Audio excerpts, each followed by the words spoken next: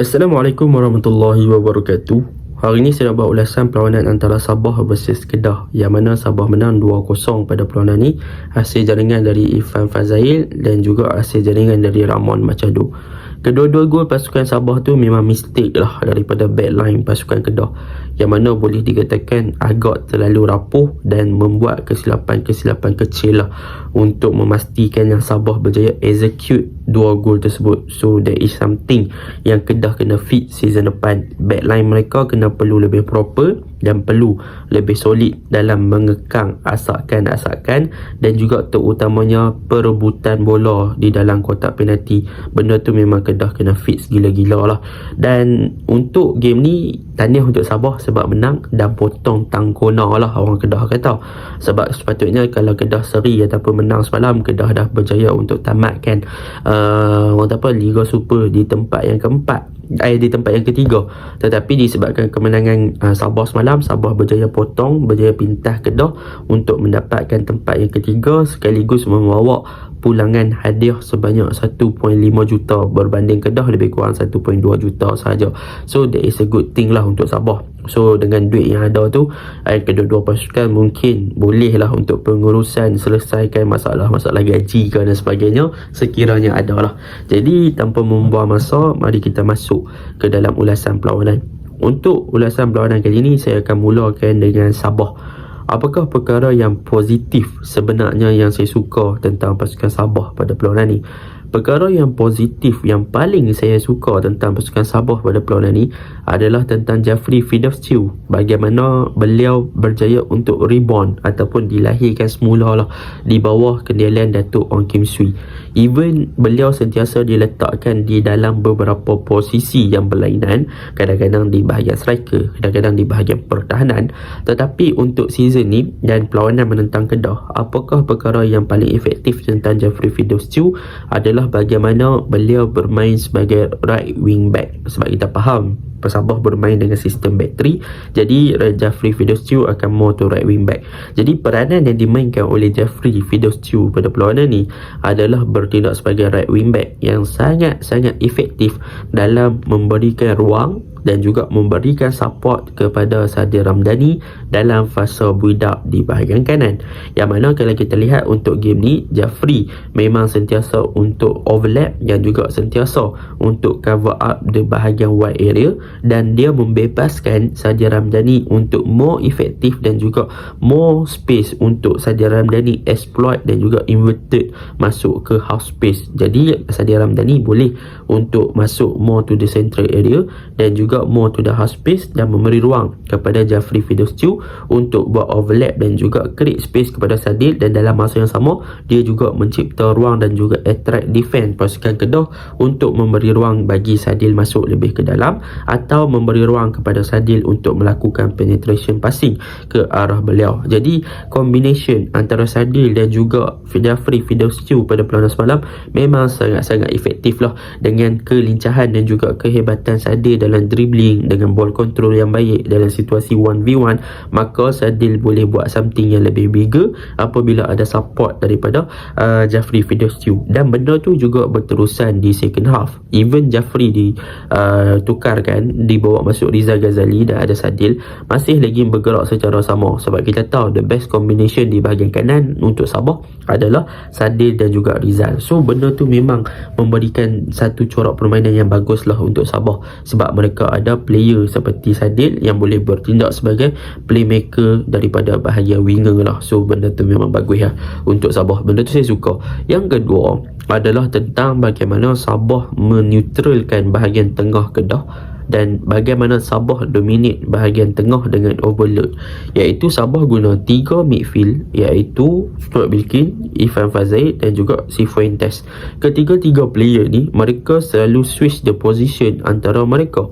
Sebab apa? Sebab dalam fasa bertahan ataupun dalam fasa menyerang, kalau kita lihat Sabah sebenarnya lebih suka untuk bergerak dengan naik lebih ke atas. Kadang-kadang Cifuentes yang akan drop lebih deeper untuk bantu backline dengan collect the ball daripada bahagian pertahanan untuk melakukan ball progression, atau Stuart Wilkin yang akan drop lebih deeper untuk collect the ball dan memberikan kebebasan kepada si Fuentes dan juga Irfan Fazail untuk naik ke atas bagi join the attack, ataupun Irfan Fazail akan turun drop lebih deeper untuk memberikan si Fuentes dan juga Stuart Wilkin untuk naik lebih ke atas.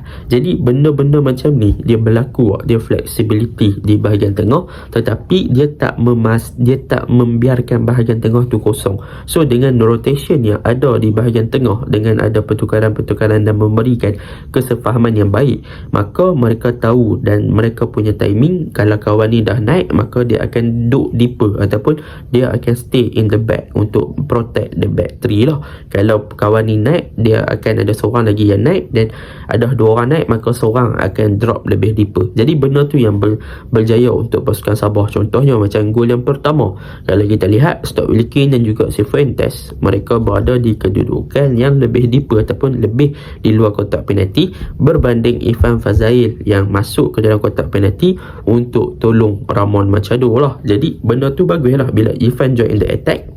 Si Fu dan juga Stuart, mereka tahu Raja mereka tak boleh juga nak join attack, mereka perlu untuk stay. Even mungkin mereka salah seorang boleh masuk lagi dalam kotak penalti, ataupun dua-dua orang stay dekat luar sebab takut kena counter dan sebagainya. So benda tu memberikan kestabilan lah di bahagian tengah pasukan Sabah. Benda tu saya suka. Dan untuk back 3 pasukan Sabah, sebenarnya apa yang saya suka adalah back 3 mereka sangat efektif dalam fasa mengekang asakan daripada Kedah game ni memang Fidayu tak apa nak hidup. Obviously kena makin ketat gila. Dominic Tan game ni, dia adalah pemain yang menjadi ball carrier.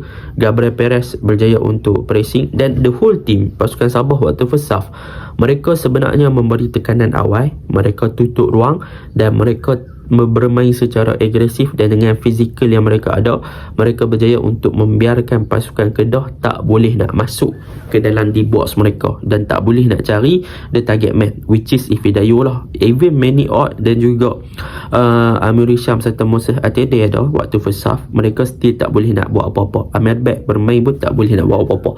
So benda tu memang sangat-sangat bagus lah untuk pasukan Sabah. Even Danny Ting pun agresif game ni, walaupun dia overlap dan sebagainya, tetapi the recovery phase, bagaimana the transition between the attacking to defending dan defending to attacking, Sabah sangat solid untuk game ni. Dan untuk striker, obviously Ramon Machado untuk game ni, he is the game changer. Dia adalah seorang player yang sangat bagus. Kalau kita lihat dua gol tu adalah berpunca daripada dia. Salah satunya gol dia menang aerial duel, and lepas tu dia assist pada Irfan Fazail. Yang kedua dia pressure dan bola dapat Sadil buat lob tapi tak gol, kena tiang, bola tu melantun, dan dia menang lagi aerial duel. Dia boleh lompat lagi untuk tanduk bola tinggi. So the striker like Ramon Machado, dia punya awareness toward the ball tu sangat bagus, and the situation, the reading game dia sangat bagus. Dia boleh baca bola kat mana tu, and so benda tu bagus. And jadi overall Sabah semalam defend mereka berdisiplin, mereka tak buat simple mistake. Even Khairul Fahmi punya gol kedua Sabah tu, Khairul Fahmi distribute ball, defend Kedah buat masalah. So that is a good thing lah tentang Sabah. Cumanya kena keep the consistency lah dalam AFC Cup untuk move lebih further kalau nak menang AFC Cup. Sebab mungkin mereka akan rombak tim sebab Liga Super dah habis, so AFC Cup masih lagi berjalan, the contract pun dah habis. So Sabah kena cari the best way untuk keep the chemistry and consistent dalam AFC Cup dengan pemain-pemain baru. Sebab sekarang pun dengan serta ada beberapa pemain akan keluar, ada beberapa pemain baru akan masuk kan. So Sabah kena find the way how to manage the team before the AFC Cup punya match lah. So overall Sabah not bad lah semalam. Sabah not bad, jadi Sabah deserve to win. And so itu je lah untuk Sabah. Untuk Kedah semalam, sebenarnya apa yang boleh kita katakan, Kedah turun tanpa Hidalgo, which is the best playmaker untuk Kedah. Without Hidalgo, Kedah is something yang agak sukar untuk penetrate dan juga untuk create chance. Serius, memang Kedah season ni mereka really depends on Hidalgo to control their game, untuk control their area dan juga untuk create some chances untuk pasukan Kedah. Without Hidalgo, Kedah is something yang boleh dikatakan mati kutu. Apa yang kita kena buat? Without Hidalgo we cannot do anything, like that lah. And so back on gameplay, Kedah first turun dengan double pivot iaitu Amirul Hisham dan juga Moses Atede dan juga Manny Ott. Sebenarnya ketiga-tiga player ni Moses dan juga Amirul Hisham, mereka dah bagi something yang bagus. Moses bertindak sebagai deep lane playmaker. If we see how Moses play, dia bermain dengan sangat baik daripada segi ball distribution dan juga hantaran-hantaran jauh dia. Dia got a vision untuk buat penetration passing dengan sangat baik. Dia sangat bagus. Manakala Amirul Hisham lebih kepada keseimbangan untuk give protection dan dalam masa yang sama dia untuk bagi bantuan kepada Manny Ott untuk naik ke atas. Tetapi the missing part is Kedah tak ada player yang boleh create combination dengan Ifidayo, dan Kedah agak sukar untuk link up dengan Ifidayo, which is benda ni bukannya benda yang baru, benda dah lama.